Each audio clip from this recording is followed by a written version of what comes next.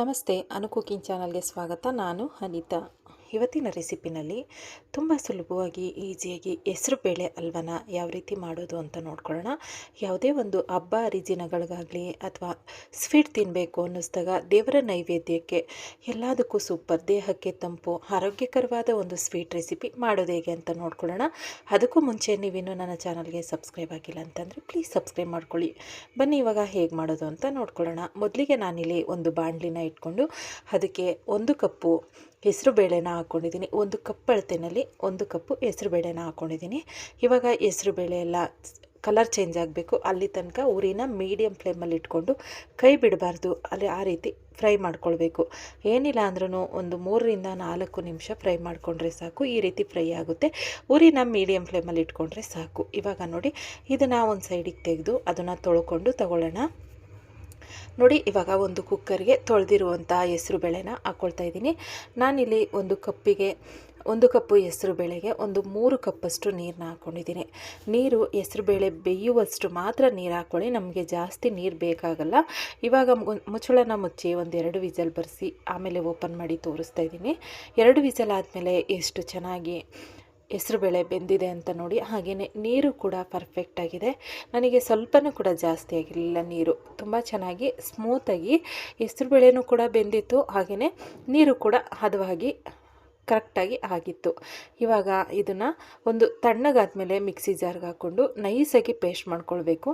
ನಿಮಗೆ ಎಷ್ಟು ಸಾಧ್ಯನೋ ಅಷ್ಟು ನೈಸಾಗಿ ಪೇಸ್ಟ್ ಮಾಡ್ಕೊಳ್ಬೇಕು. ಬೇಗ ಪೇಸ್ಟ್ ಆಗಿಬಿಡುತ್ತೆ, ಬೇಯಿಸ್ಕೊಂಡಿರೋದ್ರಿಂದ ಬೇಗ ಪೇಸ್ಟ್ ಆಗಿಬಿಡುತ್ತೆ. ಇವಾಗ ಇದನ್ನು ಎಲ್ಲದನ್ನು ನಾನು ಒಂದೇ ಮಿಕ್ಸಿ ಜಾರ್ಗೆ ಹಾಕ್ಕೊಂಡು ಪೇಸ್ಟ್ ಮಾಡ್ಕೊಳ್ತಾ ಇದ್ದೀನಿ. ಇದಕ್ಕೆ ನೀರು ಹಾಕೋದಾಗಲಿ ಏನೂ ಮಾಡೋದು ಬೇಡ. ನೀರೆಲ್ಲ ಹಾಕ್ಕೊಂಡ್ರೆ ನಾವು ತುಂಬ ಲೇಟ್ ಆಗಿಬಿಡುತ್ತೆ ಸ್ವೀಟ್ ಮಾಡೋದು. ಇದೇ ರೀತಿಯೇ ಮಾಡ್ಕೊಳ್ಳಿ. ಇವಾಗ ನೋಡಿ ತೋರಿಸ್ತಾ ಇದ್ದೀನಿ ಎಷ್ಟು ನೈಸಾಗಿ ಪೇಸ್ಟ್ ಆಗಿದೆ ಅಂತ. ಇದೇ ರೀತಿಯೇ ಮಾಡ್ಕೊಳ್ಳಿ. ಸ್ವಲ್ಪ ಆನ್ ಆ್ಯಂಡ್ ಆಫ್ ಮಾಡಿದ್ರೆ ಸಾಕು, ಇದು ಪೇಸ್ಟ್ ಆಗಿಬಿಡುತ್ತೆ. ಇವಾಗ ಇದನ್ನು ಒಂದು ಸೈಡಿಗೆ ಇಟ್ಕೊಂಡು ನಾನಿಲ್ಲಿ ಸ್ಟವ್ ಮೇಲೆ ಒಂದು ಪಾತ್ರೆನ ಇಟ್ಕೊಂಡು ಬೆಲ್ಲನ ಹಾಕ್ಕೊಳ್ತಾ ಇದ್ದೀನಿ. 1 ಕಪ್ಪು ಹೆಸರು ಬೇಳೆಗೆ 1.5 ಕಪ್ಪು ಬೆಲ್ಲನ ಹಾಕ್ಕೊಳ್ತಾ ಇದ್ದೀನಿ. 1 ಕಪ್ಪು ಹೆಸರು ಬೇಳೆಗೆ 1.5 ಕಪ್ಪು ಬೆಲ್ಲ, ಹಾಗೆಯೇ 2 ಕಪ್ಪು ನೀರು. ನೀರು ಜಾಸ್ತಿ ಹಾಕ್ಕೊಳಕ್ಕೆ ಹೋಗಬೇಡಿ, ಸ್ವೀಟ್ ಮಾಡುವಾಗ ತುಂಬ ಹೊತ್ತು ಟೈಮ್ ತೊಗೊಬಿಡುತ್ತೆ. ನೀರು ಕಡಿಮೆ ಹಾಕ್ಕೊಂಡಾಗ ಸ್ವೀಟು ಹದವಾಗಿ ಬೆಂದು ಕರೆಕ್ಟಾಗಿ ಪರ್ಫೆಕ್ಟಾಗಿ ಸ್ವೀಟ್ ರೆಡಿ ಆಗುತ್ತೆ ನಮಗೆ ಒಂದು 20 ನಿಮಿಷ ಟೈಮಲ್ಲಿ. ಇವಾಗ ನೋಡಿ ಬೆಲ್ಲ ಎಲ್ಲ ಕರಗಿಸಿದ್ದೀನಿ.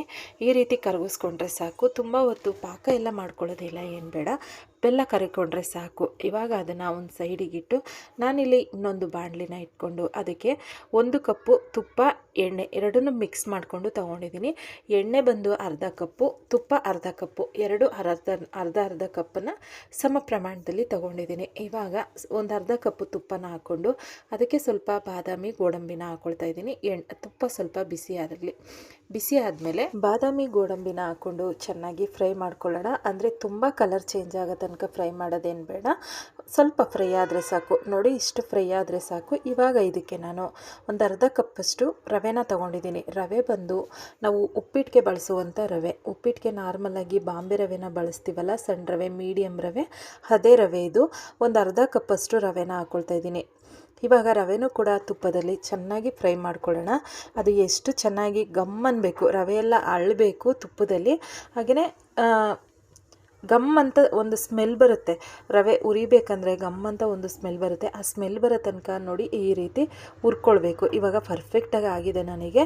ಇದಕ್ಕೆ ನಾನು ಕಾಯಿಸಿಟ್ಕೊಂಡಿದ್ದಂಥ ಬೆಲ್ಲದ ನೀರನ್ನ ಹಾಕ್ಕೊಳ್ತಾ ಇದ್ದೀನಿ. ಬೆಲ್ಲದ ನೀರು ಹಾಕ್ಬೇಕಂದ್ರೆ ಸ್ಟವ್ ಆಫ್ ಆಗಿರಲಿ, ಗ್ಯಾಸ್ ಆಫ್ ಮಾಡಿಕೊಂಡು ಬೆಲ್ಲದ ನೀರನ್ನ ಹಾಕ್ಕೊಳ್ಳಿ, ಇಲ್ಲಾಂದರೆ ಕೈಗೆ ಮುಖಕ್ಕೆ ಸಿಡಿಯೋ ಚಾನ್ಸ್ ಇರುತ್ತೆ ತುಪ್ಪ ಹಾಕಿರೋದ್ರಿಂದ. ಇವಾಗ ನೋಡಿ, ನಾನು ಸೋದಿಸ್ಕೊಂಡು ಹಾಕ್ಕೊಂಡಿದ್ದೀನಿ. ಬೆಲ್ಲದಲ್ಲಿ ನನಗೆ ಕಸ ಇದ್ದಿದ್ದರಿಂದ ಸೋದಿಸ್ಕೊಂಡು ಹಾಕ್ಕೊಂಡಿದ್ದೀನಿ. ಇವಾಗ ಇದನ್ನು ಚೆನ್ನಾಗಿ ಮಿಕ್ಸ್ ಮಾಡಿ ಉರಿನ ಹೈ ಫ್ಲೇಮಲ್ಲಿ ಇಟ್ಕೊಂಡು ಕುದಿಸ್ಕೊಳ್ತೀನಿ. ಇದನ್ನು ರವೆ ಎಲ್ಲ ಚೆನ್ನಾಗಿ ಬೇಯಬೇಕು, ಅಲ್ಲಿ ತನಕ ಬೇಯಿಸ್ಕೊಳ್ಳೋಣ.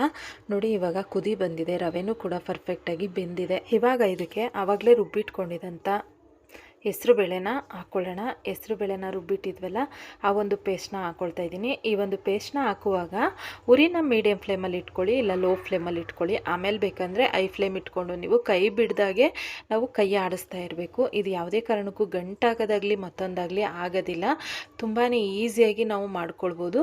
ಇವಾಗ ಇದನ್ನು ಚೆನ್ನಾಗಿ ಮಿಕ್ಸ್ ಮಾಡ್ಕೊಳ್ತಾ ಇದ್ದೀನಿ. ನೋಡಿ, ಇವಾಗ ಉರಿನ ಲೋ ಫ್ಲೇಮಲ್ಲೇ ಇಟ್ಕೊಂಡು ಇದನ್ನು ನೀಟಾಗಿ ಮಿಕ್ಸ್ ಮಾಡ್ಕೊಳ್ಳಿ. ತುಂಬ ಹೊತ್ತು ಟೈಮ್ ತೊಗೊಳ್ಳೋದಿಲ್ಲ, ನಮಗೆ ಒಂದು 30 ಸೆಕೆಂಡ್ಸ್ ಅಷ್ಟೇ ಟೈಮ್ ತೊಗೊಳುತ್ತೆ. ನೋಡಿ, ನಾನು ಕೂಡ ಚೆನ್ನಾಗಿ ಮಿಕ್ಸ್ ಮಾಡ್ಕೊಂಡಿದ್ದೀನಿ ಉರಿನ ಲೋ ಫ್ಲೇಮಲ್ಲಿ ಇಟ್ಕೊಂಡು. ಇವಾಗ ನಾನು ಮೀಡಿಯಮ್ ಫ್ಲೇಮಲ್ಲಿ ಇಟ್ಕೊಂಡು ಚೆನ್ನಾಗಿ ಬೇಯಿಸ್ಕೊಳ್ತೀನಿ.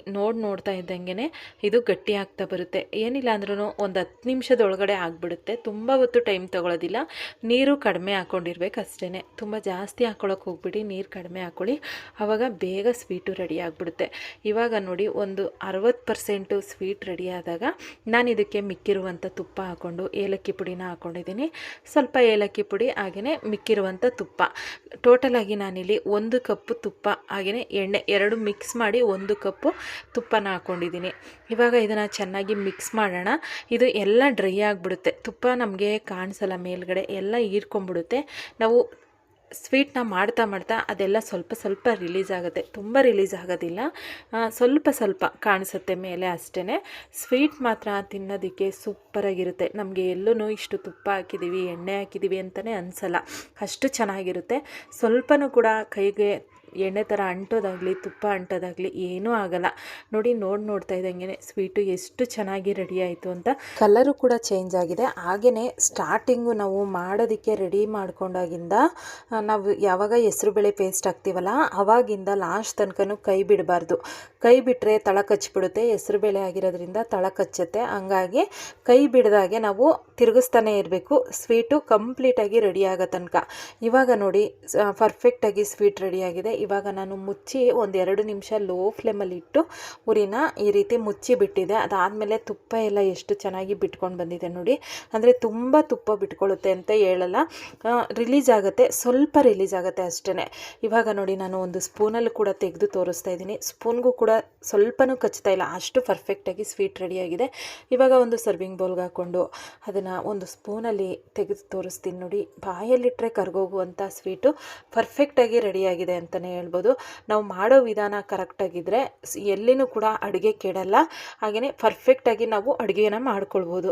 ಕಡಿಮೆ ಸಮಯ, ಕಡಿಮೆ ಪದಾರ್ಥನ ಬಳಸಿ ಎಷ್ಟು ಸುಲಭವಾಗಿ ಸ್ವೀಟ್ನ ಮಾಡ್ಕೊಳ್ಬೋದು ಅಂತ ತೋರಿಸಿದ್ದೀನಿ. ಹಾಗೆಯೇ ಬಾಯಲ್ಲಿಟ್ಟರೆ ಕರ್ಗೋಗುವಂಥ ಸ್ವೀಟು ಹಬ್ಬ ಹರಿದಿನಗಳಲ್ಲಾಗ್ಬೋದು ಅಥವಾ ಯಾವಾಗಲಾದರೂ ಸ್ವೀಟ್ ತಿನ್ಬೇಕನ್ನಿಸ್ದಾಗ ದೇವರ ನೈವೇದ್ಯಕ್ಕೆ ಎಲ್ಲದಕ್ಕೂ ಸೂಪರ್ ಅಂತಲೇ ಹೇಳ್ಬೋದು. ನೋಡಿದ್ರಲ್ವ ಇವತ್ತಿನ ವಿಡಿಯೋ ನಿಮಗೆಲ್ಲ ಇಷ್ಟ ಆಗಿದೆ ಅಂತ ನಾನು ಅಂದ್ಕೊಂಡಿದ್ದೀನಿ. ಇಷ್ಟ ಆಗಿದ್ರೆ ಪ್ಲೀಸ್ ಸಬ್ಸ್ಕ್ರೈಬ್ ಮಾಡಿ. Thank you for watching.